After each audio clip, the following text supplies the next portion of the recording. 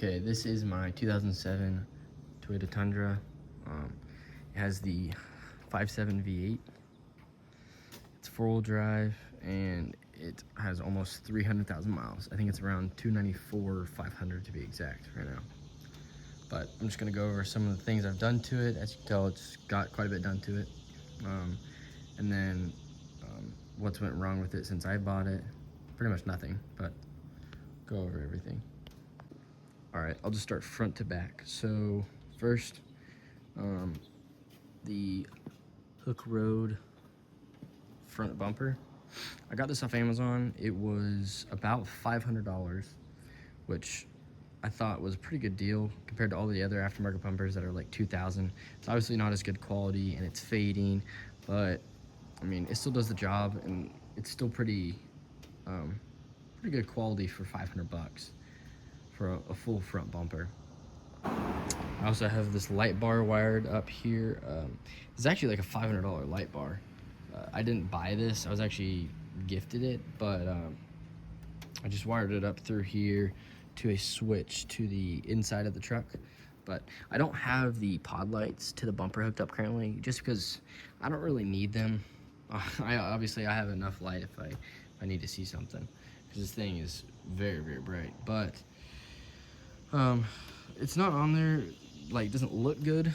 It's on there well, like it doesn't move, but it doesn't look good. See, there's like, you know, I drilled a hole, but I'm not too worried about looks. This isn't like a permanent setup. I just threw it on there. I thought it'd be kind of funny, and it lights up very well.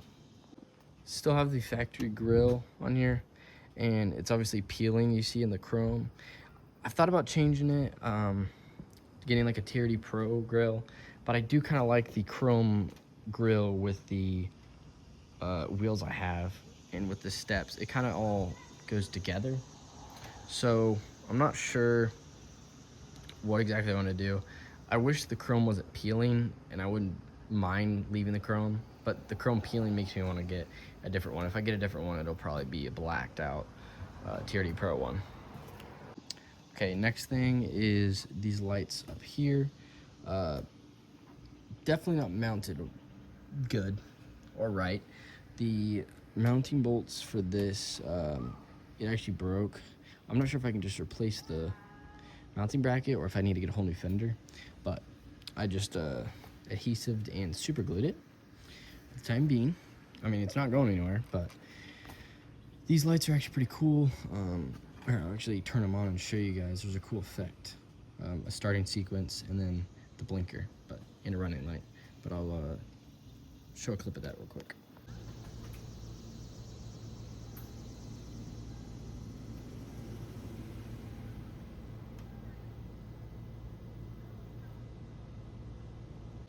Okay, next is these headlights. These headlights are nothing special about them. I found them on Marketplace for 50 bucks without the bulbs. And then I ordered some cheap LED Amazon bulbs, 50 bucks. So I got about 100 bucks into these lights. And the clear coat on them is kind of peeling. It's kind of doing it on both sides, but like kind of coming off. But they're really bright, so it does the job. Definitely looking at some, getting some projector headlights in the future, but these are working for the time being. The next thing is these pod lights. I didn't really need pod lights. Like I said, I don't really need more light in the front end. Like, these headlights are already super bright. Then I have the light bar, and so these aren't really for like functionality, kind of just like looks when I put them on. So these are just really cheap aux beam pod lights. I think they were like 30 or 40 bucks. The brackets were another like 10 or 15. But they do have a cool feature I will show real quick. So there's a regular LED white mode, an amber mode, white and amber mode. And then there's two other modes before this where it flashes just white or just amber. And then the last mode is flashes white and amber. So it's pretty cool. It's got like little flashers on it. It's all wired up to this aux beam switch. Ignore this, it's for the light bar. I feel like for around 30 to 40 bucks, having all those features and it comes with a switch is a crazy good deal. I mean, they're not super bright as far as, you know, shining, but they look pretty good and they last. I've had them for a while now, and they have a cool feature, so I think it's a pretty good deal. Next is these tow mirrors. They aren't Boost Auto like the really expensive ones, just a cheap Amazon one. Also, don't mind how dirty the truck is. Need to give it a detail. But they're just a cheaper Amazon one. I think they're around like 150 to 200 bucks. They do extend out manually and fold in manually. I have the amber option, and there is a running light. There also should be a blinker, but I haven't wired that up yet. I just couldn't figure out which wire. There's 2 more wires that run underneath near where my pedals are, and one's for the reverse light and one's for the blinker light. And the blinker light works on this side but not on the front, and so I just haven't took the time to figure out which one's the reverse light or that light. So the reverse light and the blinker on the front doesn't work. Not a big deal to me. I'll probably eventually figure it out, but I really don't care for right now. The next thing would be these rain guards. They're kind of falling off. They're not sticking on that well, so I put some new adhesive on them, but these aren't the in-channel ones. I don't like the look of them. Like right here, they look fine, but then right there, it doesn't look that great. I don't know, just I don't like the way it looks. I'm gonna get some in-channel ones eventually, but these still, you know, they work. I also got some black badging there and black badging there, and I have one for that. I just haven't put it on yet. Obviously, we got the decals right here. The steps are off my friend's 2014 Platinum Tundra. It was actually for a Crew Max, but 3 of the mounting brackets actually fit. Just the last one didn't. So the back is like a little, I mean, it's still solid, but I wouldn't step back there. I really just stop right about there. But they look great, and it matches the wheels really well. The next thing I have on this is a black Toolbox. Has a lock on it, and yeah, I just usually just throw a bunch of trash back there, but I like how it's not super, doesn't stick super high up like some of those ones. It's kind of low profile, but also goes pretty deep, so that well, you know, you can still put a lot of stuff in there. Next are these taillights. These are actually just off of Amazon. I think the brand is called Acani, spelled A-C-A-N-I-I, I believe. I don't know exactly, but they were like 175 bucks, and really, they look really cool when they light up, because these are like the running lights. It's like red, and so it looks really, really cool at night. And they're not leaking. The seal's great on them. So for 175 bucks, I mean, you really can't beat it. On the rear here, you can kind of see whenever I painted it, well, it's kind of peeling right there. And I should have taken this plastic piece off when I painted it. But for the most part, it's holding up pretty well.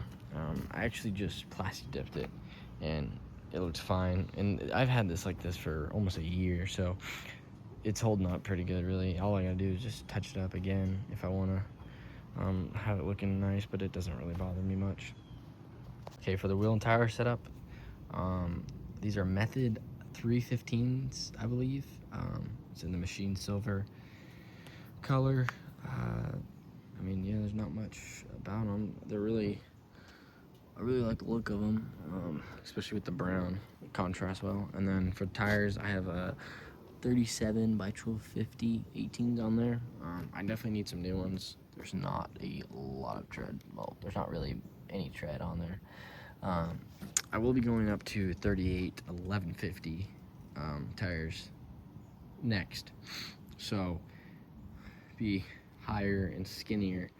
So that'll be, there's not many Tundras that actually run that size, so it'll be kind of cool to be one of the only people out there with that on there.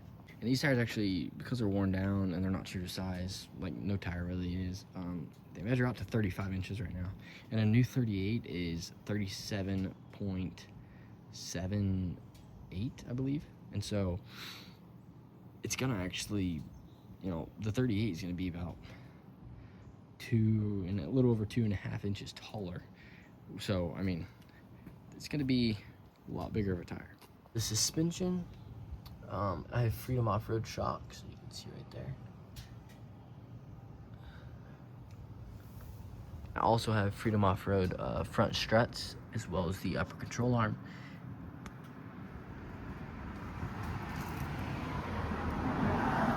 These, I was skeptical at first on how they were gonna ride. There's not many people that have run these, so I didn't know if they were gonna be good or not, but I went ahead and got them because I got a crazy good deal on them. For the front and rear suspension and the upper control arm, it is $1,200 for the whole thing new, and I found them on Marketplace for $500, and they were all new. So I just thought might as well get them and test them out. And on road, they are pretty good. And then I also did some off-road testing, and surprisingly, they're actually pretty good off-road. I hit some pretty big bumps in a little whoop section, and it actually handled it better than I expected. For, you know, I'm into it $500 for the whole setup, so you really can't expect too much, you know. As far as my tint goes, on the front I have 35%, and it's not ceramic, it is carbon tint, but 35 on the front, and then 15 on the side, and then in the rear it was just tempered glass from factory, and I left it. And then in the back there's nothing. I'd like to go darker in the backs, maybe like 5%, and then also 5% in the back glass, but 15% is pretty dark for the front. You really can't see in there much, and 35% on the windshield is plenty dark as well. It's pretty tough to see in there at all, so especially on camera you really can't see in there at all. The engine is completely stock. The only thing I've added in there is a oil separator. It's about $170, definitely worth it. But other than that, it's pretty much stock under the hood. I've changed all the fluids in the vehicle: rear diff, front diff, transfer case, the transmission, obviously the oil. I'm running Valvoline Restore and Protect in there right now. Try and change it every 3,000, but I usually go over a little bit to like 4, maybe 5, but try to stick to every 3,000 miles on the oil changes. As far as maintenance goes, I bought the truck with 270,000 miles.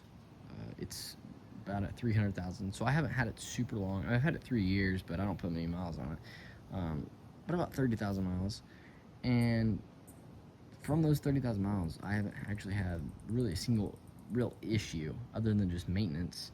Like, I had to do the brakes, which I bought it like that, you know, and I had to do the brakes, but nothing's actually really broke on this since I bought it. I did the Carfax, and there hasn't been much maintenance history on it. Actually, the transmission was done at 100,000 and 200,000, and I did it at like 280,000, and so not much maintenance. I mean, unless it was done by someone and not, you know, shown on the Carfax, which is possible. But I think a lot of my truck is OEM, hasn't been touched, and so I wanted to do all the fluids, like I mentioned. But I also just recently at 300K, I wanted to do all the maintenance in the engine, and so I did a full coolant flush. I got a new radiator because the old one had a leak, and so, which was actually my fault, but it's a long story. But anyways, I had the drain JV welded, so in order to do a coolant change, you know, I had to get a new radiator. But anyways, I did a full coolant flush, because, you know, these trucks are notorious for the head gasket failure if you don't change your coolant. Gets acidic. So did a full coolant flush, and then I did all new spark plugs. I cleaned the MAF airflow sensor and the throttle body, and then I put the oil separator in, and then I also replaced the tensioner pulley and the PCV valve, and then I also replaced the serpentine belt that was in there. And so none of that was really necessary, but kind of just peace of mind and get the, you know, general maintenance done, so it'll last longer, you know. But yeah, this thing's been really reliable for me. I actually have not had like any real problems with it. The interior is really dirty right now, so I will make another video on that. But I actually got some, so this is SR5, so it's base model, there's nothing crazy in there. I'm working on upgrading the interior. I got some wood grain interior pieces for the whole gauge cluster area and the shifter, and then each door where the window buttons are. And I'll probably get seat covers. I've looked for OEM Toyota seats out of like a wrecked Tundra to get some real genuine OEM leather. It's hard to find, and if you do find them, they're really expensive. So I'll probably end up going with seat covers for the time being. But I did a 1,000-piece Starlight headliner that I'll make another video on, so be on the lookout for that.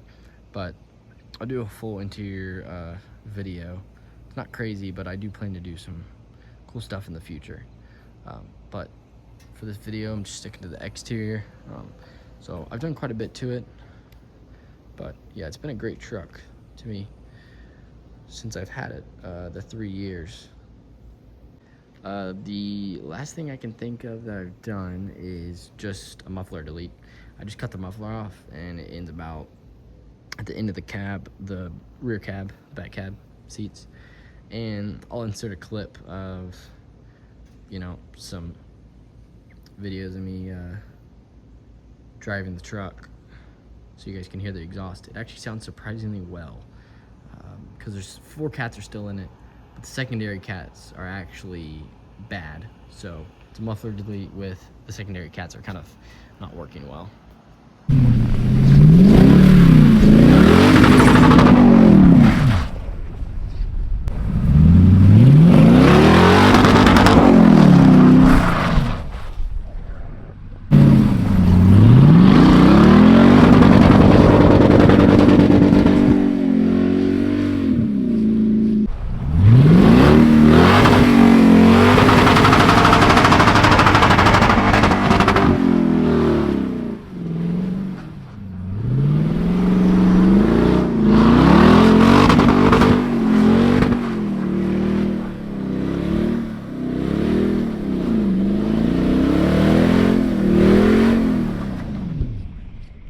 But yeah, other than that, I think that is all for the exterior for this video.